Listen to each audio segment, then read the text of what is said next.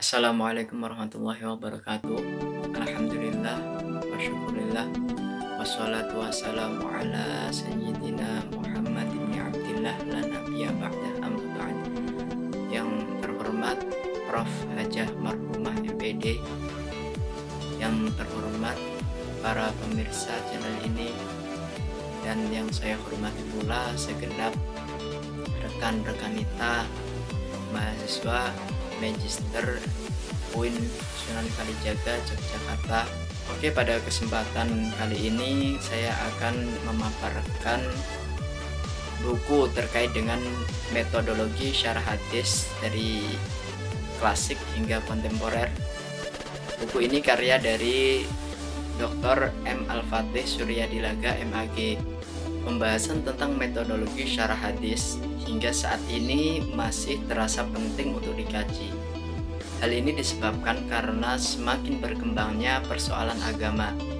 Oleh karenanya, cara dan metode pensyarahan hadis yang ada menjadi poin perhatian untuk mendapatkan hasil yang tepat dari mengkaji sebuah pesan yang disampaikan oleh Nabi. Pensyarahan hadis diasumsikan paling tidak setelah berkembangnya beberapa masa seperti masa perwahyuan Al-Quran, penulisan atau penyusunan kitab hadis, pengecekan atau penelitian hadis, dan masa pembersihan dari beberapa isu ingkarus sunnah. Setelah masa tersebut terlewati, baru kemudian masa syarah hadis itu muncul. Syarah pada era klasik muncul diperkirakan pada abad ke-6 sampai 12 Hijriah. Hal itu merupakan momentum kelahiran kitab-kitab syarah sesuai dengan kitab induk. Adapun syarah era kontemporer dimulai abad ke-13 Hijriah. Lahirnya syarah kontemporer juga bisa dikarenakan adanya kemunduran dalam keinginan memahami suatu hadis sesuai dengan kebutuhan masyarakat. Secara kasuistik, kadang ditemukan sedikit fanatisme dalam pensyarahan hadis Nabi sebagai akibat syarah yang subjektif. Sikap subjektif ini hadir dari fanatisme madhab yang sangat berlebihan. Dalam hal ini menimbulkan kekeliruan dalam syarah yang diberikan. Adapun dalam pembahasan sejarah syarah hadis dari embrionya sampai syuruh, diawali pada masa Nabi Muhammad SAW. Pada masa ini Rasulullah merupakan embrio dari pensyarahan hadis. Meskipun secara formal dipakai dengan istilah fikih al-hadis, paham al-hadis, dan syarah al-hadis, dalam prakteknya Rasulullah menjadi poros bersandar seluruh sahabat dalam dimensi yang terkait pada ajaran Islam dan dimensi kemasyarakatan. Hampir dari seluruh para sahabat, ketika ada pertentangan mengenai pesan Nabi, maka ketika para sahabat tidak bisa memecahkannya sendiri, seringkali pada prakteknya para sahabat bertanya langsung kepada Rasulullah SAW untuk mengurai permasalahan-permasalahan yang muncul pada saat itu. Yang kedua yaitu masa sahabat.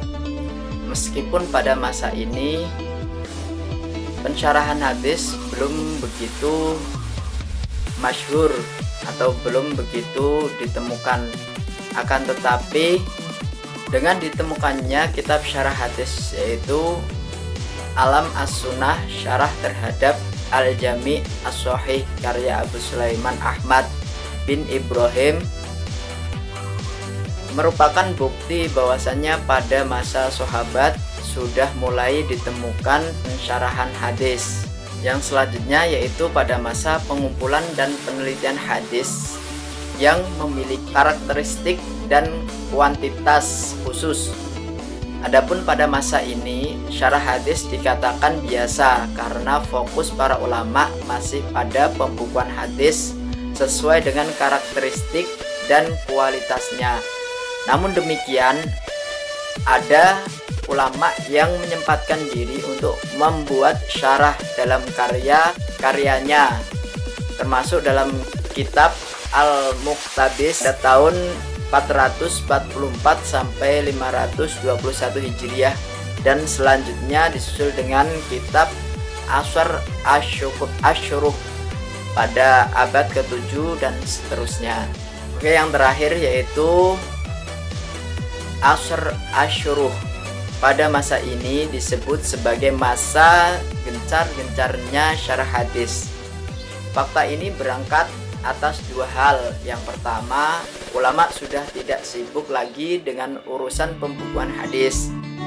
Yang kedua, semakin mundurnya kaum muslim yang dikarenakan pada saat itu umat muslim mulai mengkerdilkan dan hanya memberikan penjelasan terhadap temuan yang sudah ada dan tidak menemukan sesuatu yang baru seperti dalam periode-periode selanjutnya. Dalam buku ini dijelaskan 3 metode yang digunakan dalam pensyarahan hadis. Yang pertama yaitu metode tahlili. Metode tahlili adalah metode dengan menganalisis dan menjelaskan makna-makna yang terkandung dalam hadis Rasulullah SAW dan memaparkan aspek-aspek yang terkandung dalam hadis serta menerangkan makna-makna yang tercakup di dalamnya sesuai dengan kecenderungan dan keahlian pensyarah. Seorang pensyarah harus mengikuti sistematika hadis sesuai dengan urutan hadis yang dikenal dengan Al-Kutubus Sittah. Di antara kitab yang termasuk dalam kategori ini adalah Fathul Al-Bari Bisyarhil Bukhari karya Ibnu Hajar Al-Asqalani pada tahun 773 Hijriah hingga 852 Hijriah. Ciri-ciri metode tahlili secara umum.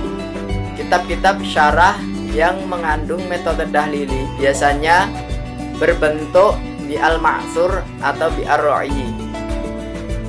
Yang dimaksud dengan di al-ma'thur ditandai dengan banyaknya dominasi riwayat-riwayat yang datang dari para sahabat, tabi'in atau ulama hadis. Sementara syarah bi ar-ra'i didominasi dengan pemikiran rasional para pensyarah. Kelebihan dan kekurangan dalam metode ini. Yang pertama kita bahas yaitu terkait dengan kelebihan. Adapun kelebihan dalam metode ini yaitu yang pertama, ruang lingkup dalam pembahasan sangatlah luas.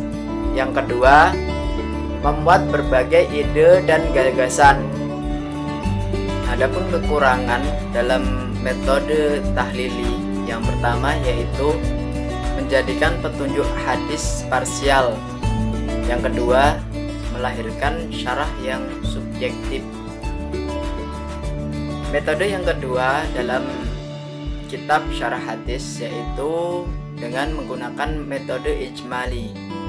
Metode ijmali adalah menerangkan hadis sesuai dengan sistematika yang terdapat pada Kutubus Sittah secara ringkas, tetapi dapat menjelaskan secara gamblang suatu makna literal hadis dengan bahasa yang memahamkan.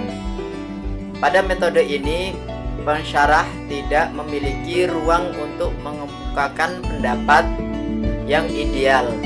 Ijmali tidak sepenuhnya berbeda dengan tahlili karena ada kemungkinan uraian yang luas dan detail mengenai suatu hadis tertentu, akan tetapi tidak seluas metode tahlili.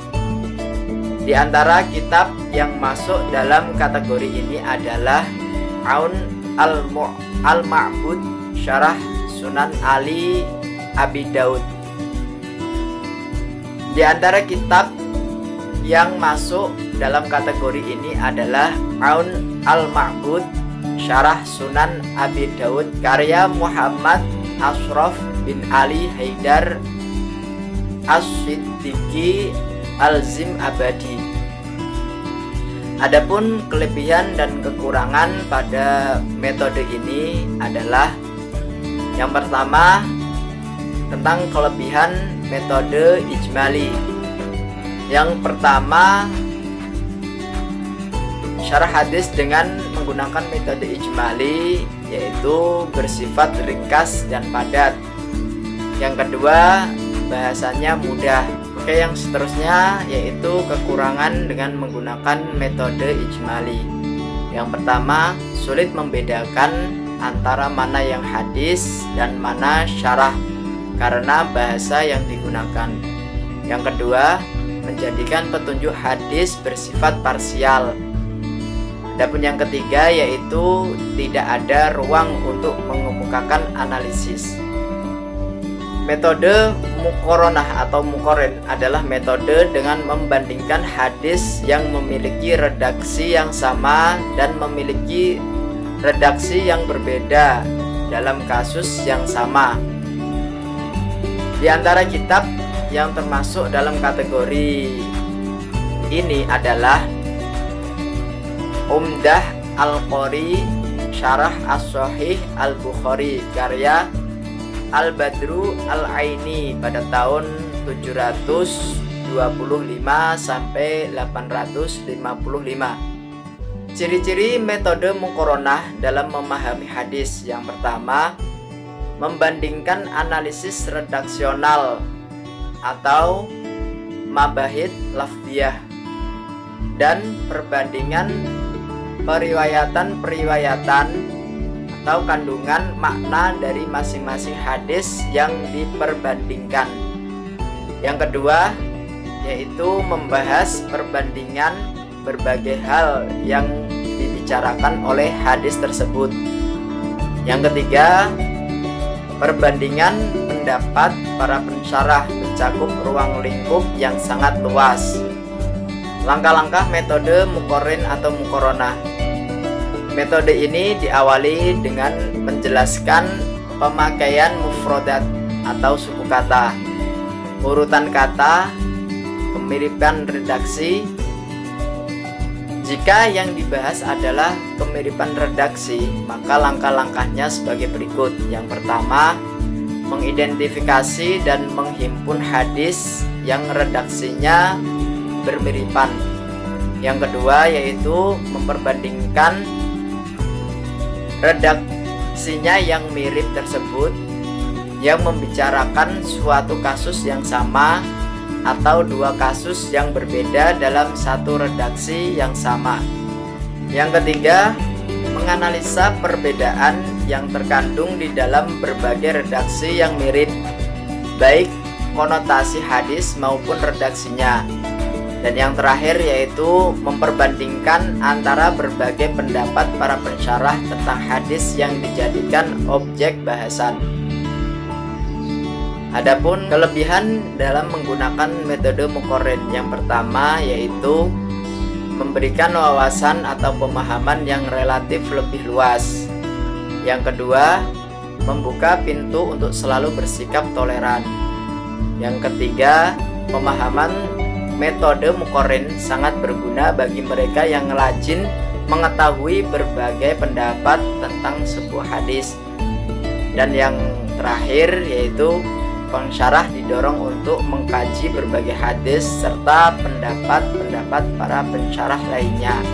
Adapun kekurangan dengan menggunakan metode muqarin yaitu pertama, tidak relevan bagi pembaca tingkat pemula. Yang kedua, tidak dapat diandalkan untuk permasalahan sosial yang selalu dinamis. Yang ketiga, metode ini terkesan lebih banyak menelusuri pemahaman dibandingkan dengan melahirkan pendapat baru. Mungkin sekian yang dapat saya sampaikan.